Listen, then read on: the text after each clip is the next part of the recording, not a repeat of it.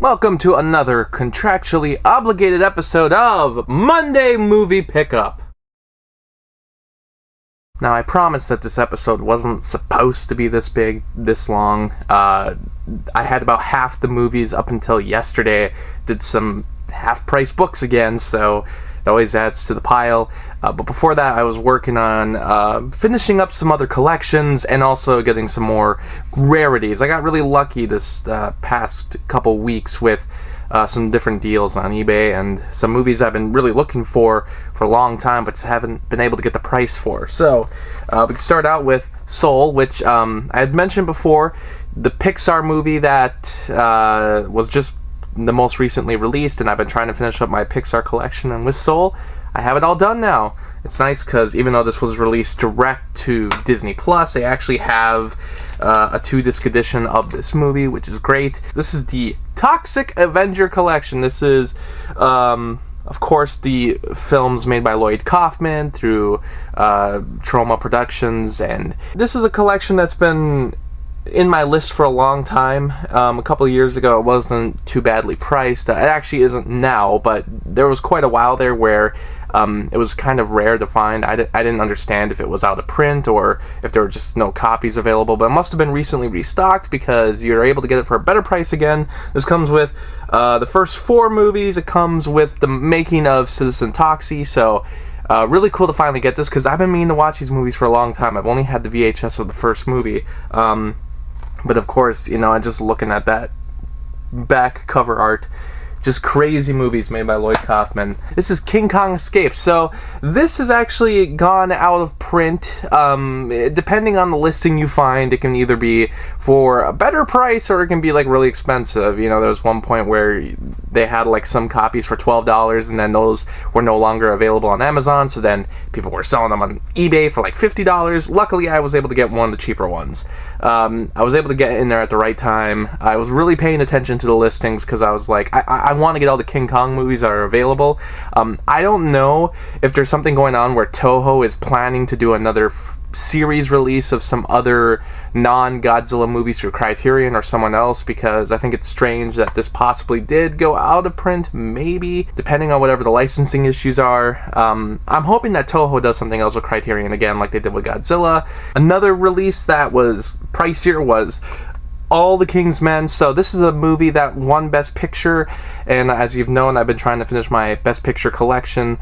This is the only available Blu-ray release of this movie in the United States, but it's actually long out of print. This label here, Twilight Time, is no longer existent. They did quite a few releases. They went out of business, so now all their movies are heavily out of print.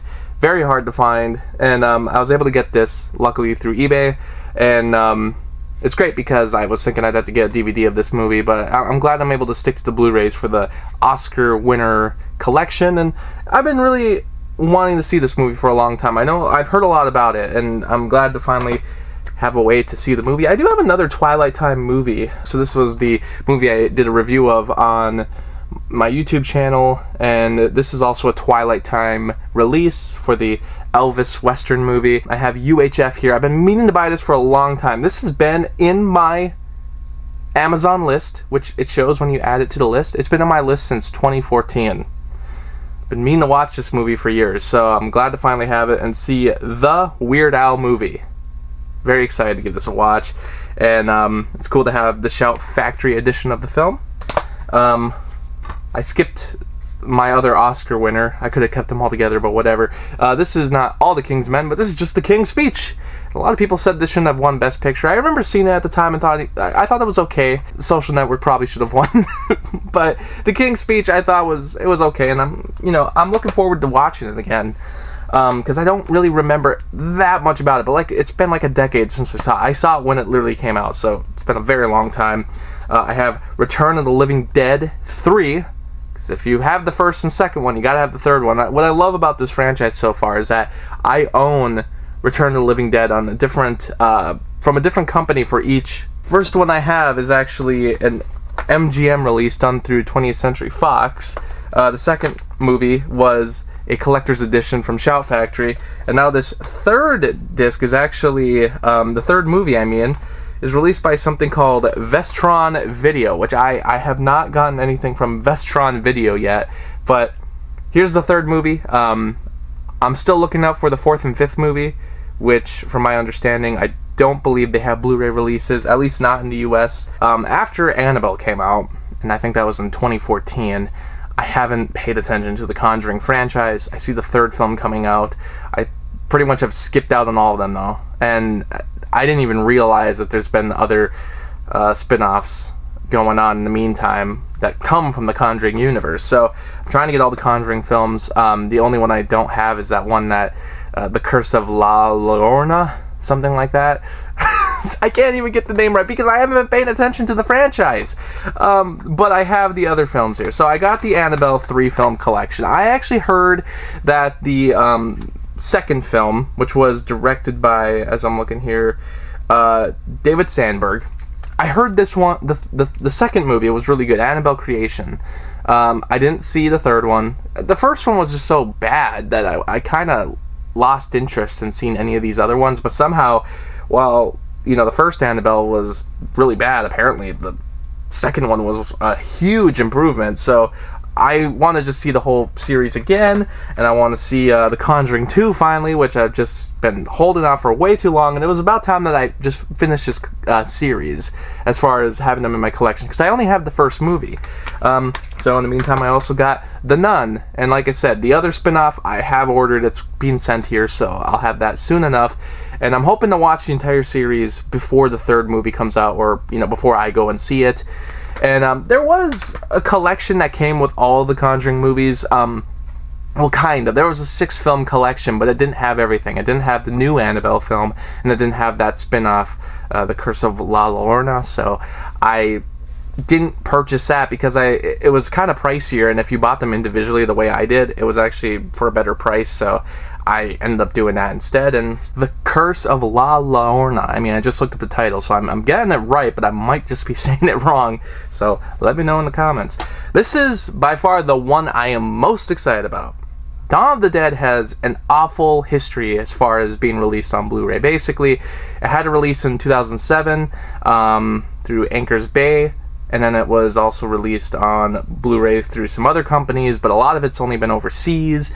They did a big 4-disc edition, I think last year, but again, you can't watch the Blu-rays on a Region A player, and only the 4K discs are region free, but I don't have a 4K player, and on top of that, you wouldn't be able to watch a special feature, so you would still need to have a region free player in general to watch any of the special features. So basically any discs that are not released in America are non-starter, but since they've been so out of print in the US, they are very expensive. Very few of them go for less than $50, if that. I think I've seen copies of the of Dawn of the Dead that was released in 2007. That Blu-ray release, I don't think I've ever seen it for less than $70. So there's been other releases in other countries, but it's gonna be pretty tough unless you got a region-free player. The reason it's so difficult is, I guess, the producer decided to make a 3D version of the movie. He spent $6 million, and since that was a pointless venture, which it was. I guess he's been trying to get that money back, so he has the Dawn of the Dead rights for a very expensive price.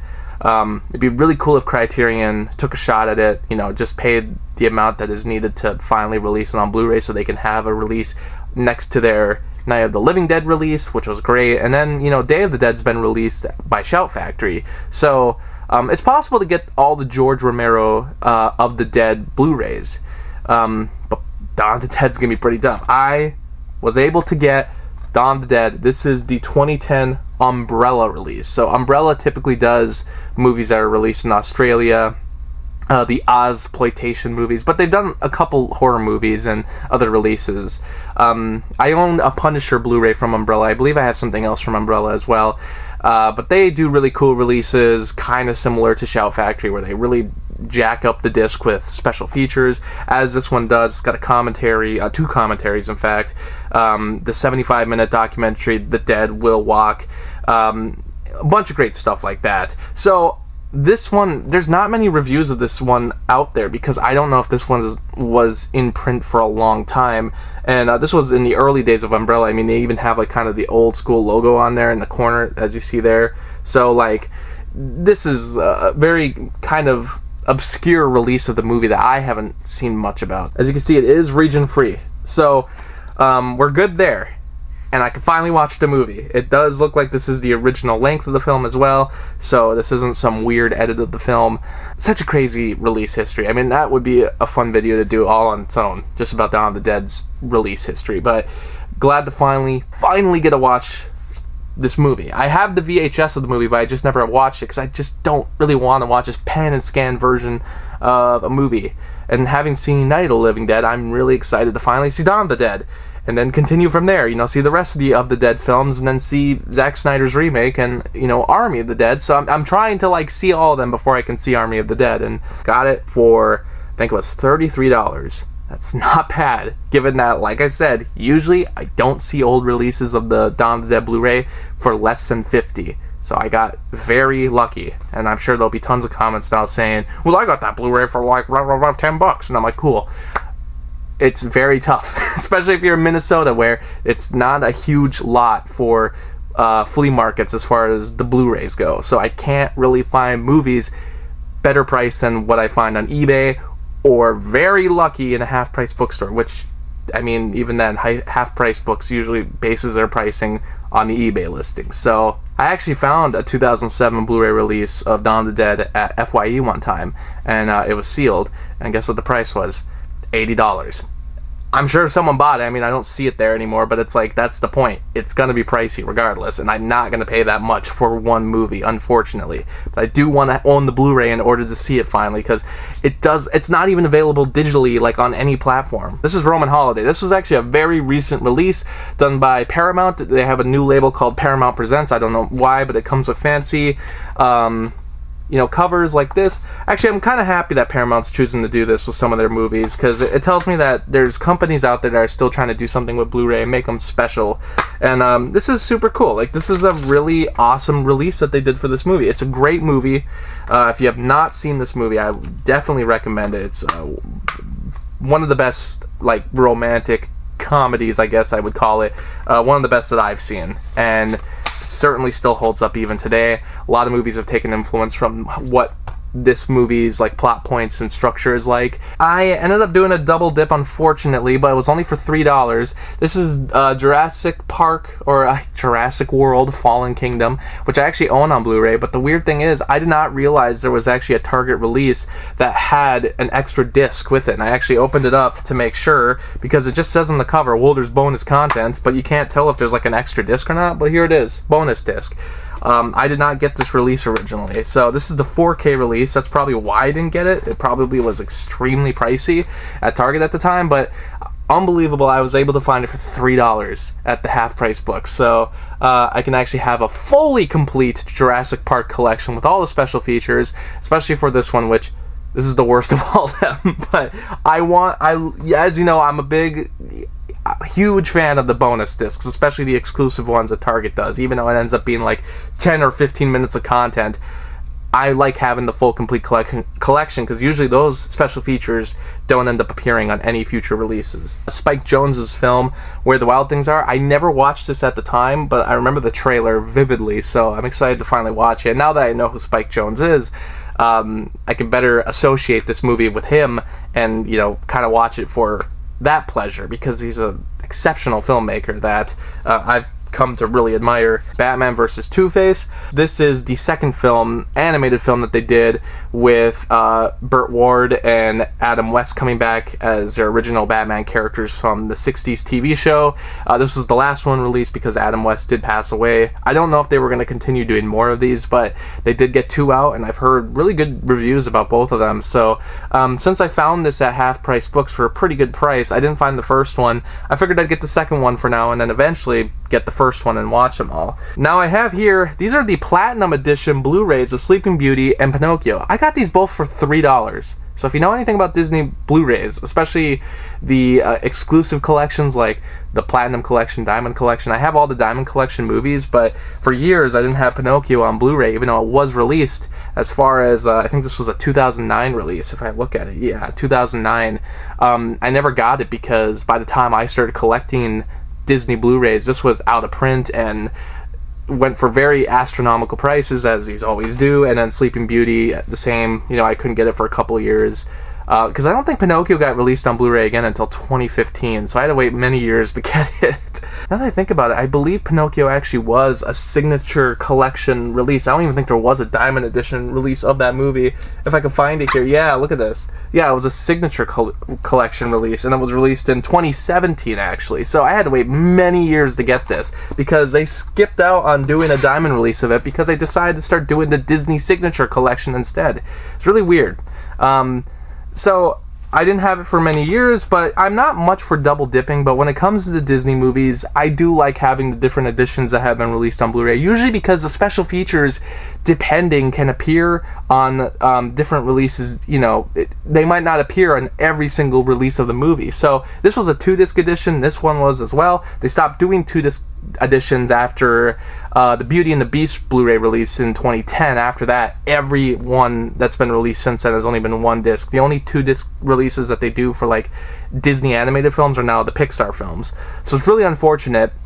And I don't know how many of the special features carried on from these releases to the Diamond or Disney Signature Collection releases, but I saw these for $3 each, and I'm like, no matter what, that's a good price. This still had the receipt from Best Buy, the Sleeping Beauty edition. This is a receipt from 2009, and it says $25 for the Blu-ray, which is crazy, because at the time, how $25 would have been pretty good, because I think these go for pretty pricey now. They might not be as bad anymore, just because there's not a vault technically anymore. Every movie's available on Disney Plus, but still, great find for $3 each. Golden Years, this is Stephen King. I believe this was one of the TV movies, and I just saw it for $3. I was like, I might as well pick it up, especially since there's not a Blu-ray release of it. I kind of like these wacky Stephen King movies, and I want to see more of them. I enjoy the Stephen King work. And then The Lucky One, because get a fiance and you'll know you have to get movies like The Lucky One. Actually, I've seen this. I actually don't mind it. Didn't love it, but I like Zac Efron. The coolest thing I got by far was I was at a half-price bookstore before, and I had seen the 1995 Laserdisc of Star Wars, and I skipped out on it because I was like, for $30, it's not worth it. And this time I went to that same half-price bookstore. Not only did they have Star Wars, but a different version of it, but they had The Empire Strikes Back. And the prices were way less than $30. This is the 1989 Laserdisc release of Star Wars and Empire Strikes Back. They did not have Return of the Jedi, but for just these alone, I got these for $10 each. Not bad. I'm sure there might be better prices online, but with the shipping, I don't think you're ever going to really get them for better than $10 each. And, God, I love these so much. Classic Laserdiscs with the big old spread. Tons of writing about the movie that I probably have never seen before. And, yeah, I looked on the back. These are 1989, so I don't know if these are similar, because the artwork is very similar to what was done for the 1990 and the 1992 releases on VHS of the trilogy, but God, there's so much written about it. I'm gonna have to read those while I pop these movies in again, because I've been due for a rewatch of the original Star Wars, and I think this is how I'm gonna watch it, is this Laserdisc, especially since these are widescreen editions, of course. And basically, these are the movies before the changes were done. I do have the 2006 DVD, and I do have other VHSs of the original cuts, technically. There's always been changes since the movie's been released, even with sound effects. I think even these releases have some differences with sound effects, but incredible that I found these for as good of prices as I did. And like I said, I'm due for a rewatch, and if I see Return of the Jedi at some point, I'll try to get it, and hopefully one of these releases. because overall, I'm not as interested in getting the 1995 series unless I can get the whole box set for a pretty good price. There's also the Definitive Collection, which I hear is like the best way to get the movies, and apparently those versions have absolutely no changes, but I don't even know if that's true. I thought the opening scroll on the Definitive edition of the Laserdisc still had A New Hope in it, so technically that's not the original version either. And I know, like, this one, I can bet you $100 this is going to have A New Hope at the beginning, because I believe every release had A New Hope up until the 2006 DVD, which is considered the only way to get the actual original cut legally. But anyways, still, it was before the special editions done in 1997, and these are Laserdiscs, so Laserdisc just kind of has a different quality to it, and I'm excited to give it a watch. I do pop out that Laserdisc player once in a while. I only own Speed on Laserdisc, so that's the only way I can watch a movie. I'm a weirdo. I will be checking out Star Wars again on Laserdisc. Very excited to get that. In the meantime, I'll have to find a spot for all of these up in these shelves. And then, hopefully this will be the last episode for a while, because I got too many rarities this time. I need to watch myself. No more rare stuff. No more trying to do eBay bids and watching the prices, go high. Can't do that. It's unhealthy. But then again, I do have Dawn of the Dead now, which is probably a lot of proud achievements in this episode. Thanks for watching. Thanks for watching the video, and special shout out to Anthony, Anna, Kirsten, Spencer, Lucas, Ryan, and Robert for the support on Patreon. By joining my Patreon, you can get exclusive videos and blogs, and for only $7, you can request your own movie review. I hope you stick around, cinephile, and have a happy, productive day.